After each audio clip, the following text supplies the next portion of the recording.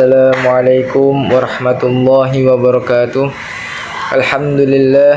Alhamdulillahilladzi amara bil ikhlas wa naha 'anir riya' wan nifaq. Ahmaduhu subhanahu wa ashkuruh wa atubu ilaihi wa astaghfiruh wa asyhadu an la ilaha illallah wahdahu la syarikalah wa asyhadu anna Muhammadan abduhu wa rasuluh sallallahu ala sayyidina Muhammad wa ala ali sayyidina Muhammad wa ala alihi wa sahbihi wa man tabi'ahum bi ihsan ila yaumiddin.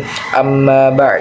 Faya ayyuhal hadirun, usikum wa nafsi bitaqwallah fa innaha wasiyatullah lil awwalin wal akhirin. Qala Allah ta'ala: walaqad wassaynal ladzina utul kitaba min qablikum wa iyyakum anittaqullah. Ila akhir ayat. Ma'asyiral muslimin rahimakumullah, di antara perkara yang paling penting dalam kehidupan seorang muslim adalah menjaga keikhlasan dalam beribadah kepada Allah Subhanahu wa taala. Allah Subhanahu wa taala berfirman, "Wa ma umiru illa liya'budullaha mukhlishina lahuddin." Ila akhir ayat. Padahal mereka tidak diperintahkan kecuali supaya menyembah Allah Subhanahu wa taala dengan ikhlas menaatinya dalam menjalankan agama. Keikhlasan adalah ruh dari setiap amal. Tanpa ikhlas, amal sebesar apapun tidak bernilai di sisi Allah Subhanahu wa taala. Rasulullah sallallahu alaihi wasallam bersabda, "Innamal a'malu binniyat wa innamal likulli imri'in ma nawa." Hadis riwayat Bukhari wa Muslim. Sesungguhnya setiap amal itu tergantung pada niatnya, dan setiap orang akan mendapatkan sesuai dengan niatnya. Ma'asyiral muslimin rahimakumullah, marilah kita renungi betapa banyak ibadah yang tampaknya besar namun menjadi sia-sia karena tidak dilandasi keikhlasan. Orang bisa membaca Al-Quran, bersedekah, bahkan berjihad, namun kalau niatnya untuk riya, maka tidak ada pahala, bahkan bisa menjadi sebab masuk neraka. Na'udzubillahi min dzalik. Rasulullah sallallahu alaihi wasallam bersabda, orang yang pertama kali diadili pada hari kiamat adalah orang yang mati syahid, orang yang belajar ilmu dan mengajarkannya, dan orang yang bersedekah. Mereka semua dimasukkan ke neraka karena niatnya bukan karena Allah Subhanahu wa taala. Hadis riwayat Muslim. Karena itu, marilah kita selalu jaga hati kita. Jangan biarkan amal-amal kita tercemar oleh keinginan pujian manusia. Jadikan Allah satu-satunya tujuan dalam ibadah kita. Tanda-tanda ibadah yang ikhlas. Yang pertama adalah tidak peduli apakah dilihat orang atau tidak. Dan yang kedua, tidak merasa kecewa saat tidak dipuji. Kemudian terus konsisten dalam beribadah walau dalam kesendirian, tidak membandingkan ibadah dengan orang lain, dan menyembunyikan amal kebaikan semampunya. Adapun cara menjaga keikhlasan dalam ibadah, yang pertama adalah selalu memperbarui niat. Awali setiap ibadah dengan niat karena Allah Subhanahu wa taala. Banyak berzikir dan merenung. Ingat bahwa hidup ini untuk beribadah kepadanya. Jauhi riya dan sunnah. Hindari keinginan pamer atau ingin didengar oleh orang lain. Dan berdoa memohon keikhlasan. Rasulullah Shallallahu Alaihi Wasallam sendiri sering berdoa agar diberikan hati yang ikhlas. Ingat akhirat, fokus pada balasan dari Allah Subhanahu Wa Taala, bukan dari manusia. Dan ada pula dampak positif bagi keikhlasan, yakni ibadah terasa ringan dan nikmat. Hati lebih tenang dan lapang. Amal kecil bisa bernilai besar di sisi Allah Subhanahu Wa Taala. Menjaga dari rasa sombong dan ujub.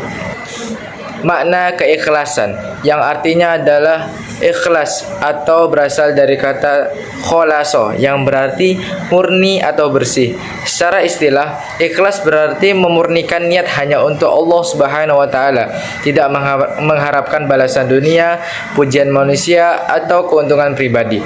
Imam Al-Ghazali pernah berkata, ikhlas adalah ketika amal seorang hamba tidak dilihat oleh siapapun selain Allah Subhanahu wa taala dan ia tidak peduli dengan pujian atau celaan manusia.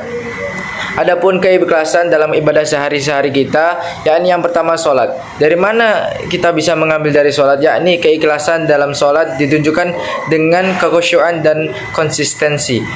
Tidak hanya rajin ketika di depan orang lain, tetapi juga tetap melakukannya dengan semangat saat sendirian. Kemudian puasa adalah ibadah yang sangat pribadi. Allah berfirman dalam hadis qudsi, puasa itu untukku dan aku yang akan membalasnya. Hadis riwayat Bukhari wa Muslim. Puasa melatih keikhlasan karena tidak ada yang tahu kecuali Allah Subhanahu wa taala dan diri sendiri. Sedekah yang ikhlas adalah yang tidak diumbar. Rasulullah Shallallahu alaihi wasallam menyebutkan bahwa salah satu dari 7 golongan yang dinaungi Allah Subhanahu wa taala di hari kiamat adalah seorang yang bersedekah dengan tangan kanannya, lalu ia menyembunyikannya sehingga tangan kirinya tidak mengetahui apa yang disedekahkan oleh tangan kanannya. Hadis riwayat Bukhari dan Muslim. Bahaya tidak ikhlas, riya atau pamer dalam ibadah adalah penyakit hati yang sangat halus dan berbahaya. Rasulullah Shallallahu alaihi wasallam bersabda, sesungguhnya yang paling aku khawatirkan atas kalian adalah syirik kecil. Para sahabat bertanya, apa itu syirik kecil ya Rasulullah?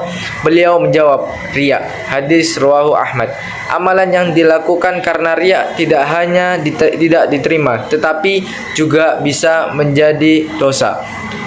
Adapun tips menjaga keikhlasan, untuk kita ketahui bahwasanya yang pertama ada perbanyak tadabbur Al-Quran dan tafsir tentang niat. Lakukan amalan diam-diam. Tidak semua amal harus dipublikasikan. Simpan sebagian amal hanya antara kamu dan Allah Subhanahu wa taala. Selalu introspeksi diri. Tanya pada hati, apakah aku melakukan ini karena Allah Subhanahu wa taala atau ada keinginan lain. Berteman dengan orang-orang soleh, lingkungan yang baik akan membantu kita menjaga niat. Berdoa agar diberi hati yang ikhlas. Rasulullah Shallallahu alaihi wasallam sering berdoa, ya Allah, bersihkanlah hatiku dari kemunafikan, amalku dari riya, lisanku dari dusta, dan mataku dari khianat. Sesungguhnya Engkau Maha mengetahui segala pengkhianatan mata dan apa yang disembunyikan oleh hati. Keikhlasan adalah pondasi utama ibadah. Tanpa keikhlasan sebesar apapun amal seseorang, ia bisa gugur di hadapan Allah Subhanahu wa taala. Karena itu, penting bagi kita untuk selalu memperbarui niat, memperdalam pemahaman dan menjaga hati agar tetap lurus. Ibadah yang ikhlas akan menumbuhkan ketenangan, keberkahan dan mendapatkan ridha Allah Subhanahu wa taala. Allahumma ij'al a'malana khalisatan liwajhikal karim wa la taj'al fiha haddan li makhluk. Amin ya rabbal alamin. Aqulu qawli hada wastaghfirullah li wa lakum fastaghfiruh innahu huwal ghafurur rahim. Alhamdulillahi hamdan katsiran tayyiban mubarakan fih kama yuhibbu rabbuna wa yarda. Wassalatu wassalam ala khairil wara nabiyuna sayyidina Muhammadin sallallahu alaihi wasallam wa ala alihi washabihi ajmain. Ma'asyiral muslimin, di khutbah kedua ini marilah kita perkuat kembali niat kita dalam beribadah. Jangan menunggu Ramadan untuk mulai ikhlas. Setiap hari adalah ladang amal. Setiap salat, setiap sedekah, setiap kata baik semua bisa bernilai tinggi jika diniatkan karena Allah Subhanahu wa taala. Mari kita perbanyak doa kepada Allah Subhanahu wa taala agar diberi keikhlasan karena hati manusia itu lemah dan mudah berubah. Bahkan para sahabat pun merasa takut akan kemunafikan. Hasan Al-Basri rahimahullah taala berkata, tidak ada yang merasa aman dari riya kecuali orang munafik, dan tidak ada yang takut dirinya kecuali orang mukmin sejati. Jamaah Jumat yang dimuliakan Allah Subhanahu wa taala, kita mohon kepada Allah Subhanahu wa taala, Allahumma inna na'udzubika minasyarki ma alimna wa nastaghfiruka lima la na'lam. Ya Allah, kami berlindung kepadamu dari syirik yang kami ketahui dan kami memohon ampun atas syirik yang tidak kami ketahui.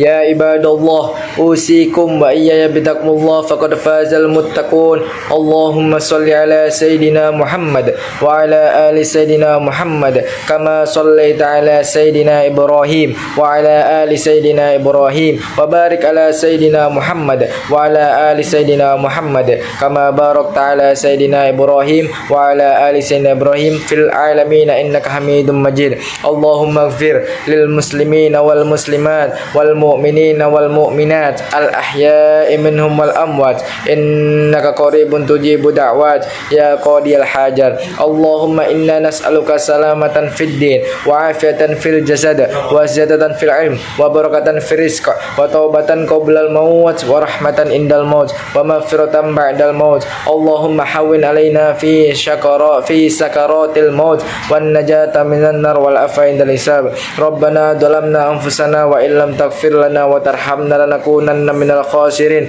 ربنا آتنا في الدنيا حسنة وفي الآخرة حسنة وقنا عذاب النار بعد الله إن الله يأمر بالعدل والإحسان وإيتاء ذي القربى وينهى عن الفحشاء والمنكر والبغي يعظكم لعلكم تذكرون فاذكروا الله العظيم يذكركم واشكروه على نعمه يزدكم ولذكر الله أكبر والله يعلم ما تصنعون أقيموا الصلاة